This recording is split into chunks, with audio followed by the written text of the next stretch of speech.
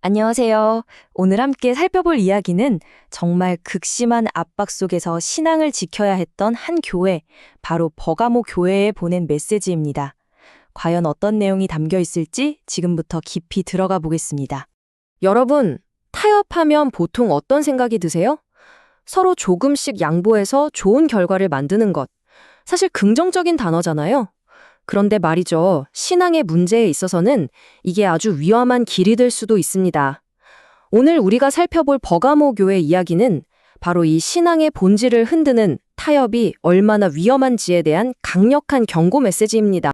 성경은 버가모라는 도시를 소개하면서 정말 무시무시한 표현을 씁니다.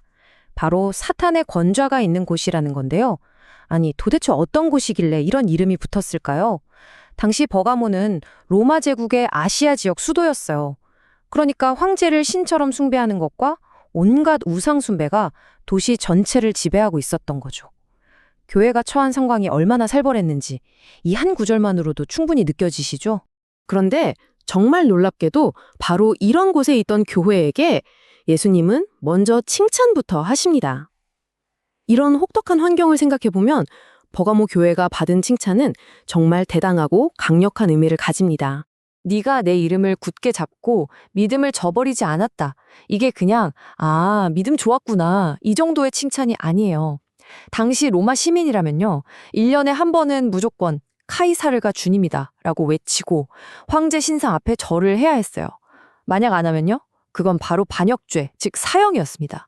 버가모 교회 성도들은 바로 그 죽음의 위협 앞에서 타협하지 않고 믿음을 지켰다는 겁니다. 정말 목숨을 건 신앙이었죠.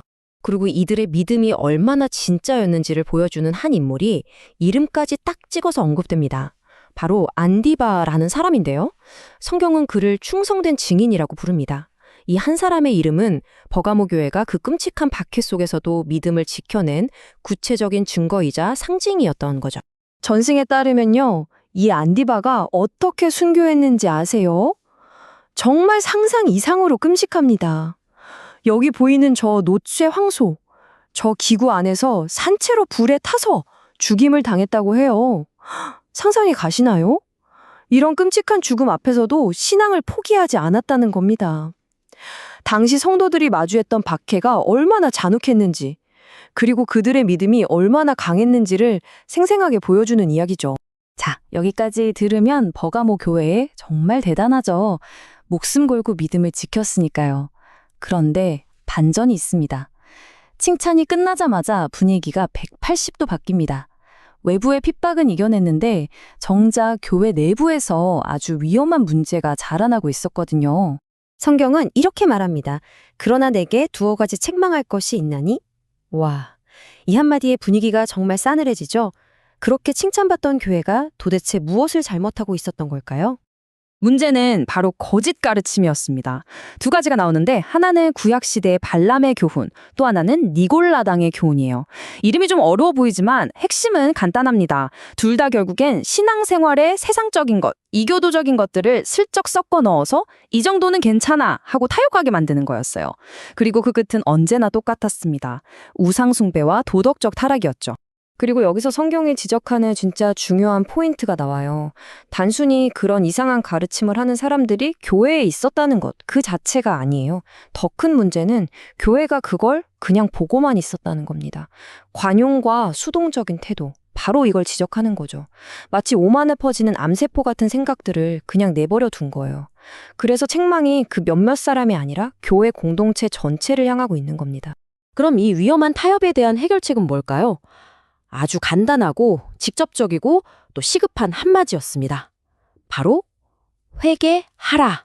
만약 회개하지 않는다면 어떻게 될까요? 내가 내 입의 검으로 그들과 싸우리라고 하십니다. 여기서 입의 검은 바로 하나님의 말씀을 뜻해요. 그 진리의 말씀으로 직접 심판하시겠다는 거죠. 이건 정말 무서운 경고입니다. 사안이 그만큼 심각하다는 뜻이겠죠. 자, 하지만 이렇게 책망과 경고로만 끝나는 게 아닙니다. 성경은 언제나 소망을 함께 주죠. 이 모든 어려움과 타협의 유혹을 이겨내는 사람, 즉 이기는 자에게는 정말 놀라운 선물을 약속하십니다. 그 선물이 뭐냐면요. 바로 이 세 가지입니다. 감추었던 만나, 흰 돌, 그리고 새 이름. 이름만 들어서는 이게 도대체 뭔가 싶으시죠? 자, 하나씩 그 의미를 파헤쳐보겠습니다. 첫 번째, 감추었던 만나. 만나는 이스라엘 백성이 광야에서 먹었던 하늘의 양식이잖아요. 이것은 바로 예수님 자신, 즉 생명의 떡을 의미합니다. 세상의 음식, 우상에게 바쳐진 제물 같은 것과 타협하지 않는 사람에게는 그 무엇과도 비교할 수 없는 영원한 생명을 주는 진짜 영적 양식을 주시겠다는 약속인 거죠. 두 번째, 흰 돌. 이게 뭘까요? 고대에는요, 경기에서 이긴 승리자에게 이 흰 돌을 줬다고 해요. 일종의 승리자를 위한 파티 입장권 같은 거였죠. 또 재판에서 무죄를 선고할 때도 이 흰 돌을 썼다고 합니다.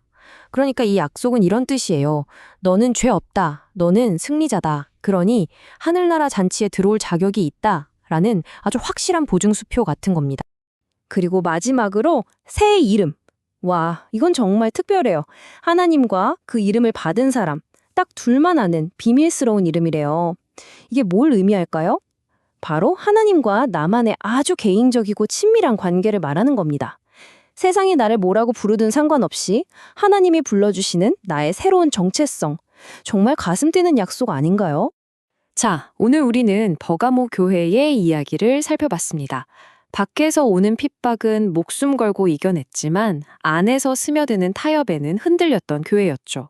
2000년 전에 이 이야기가 오늘 우리에게 던지는 질문은 뭘까요?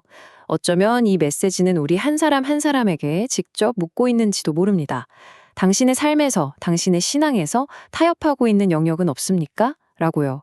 이 묵직한 질문을 마음에 품고 오늘 이야기를 마무리하겠습니다.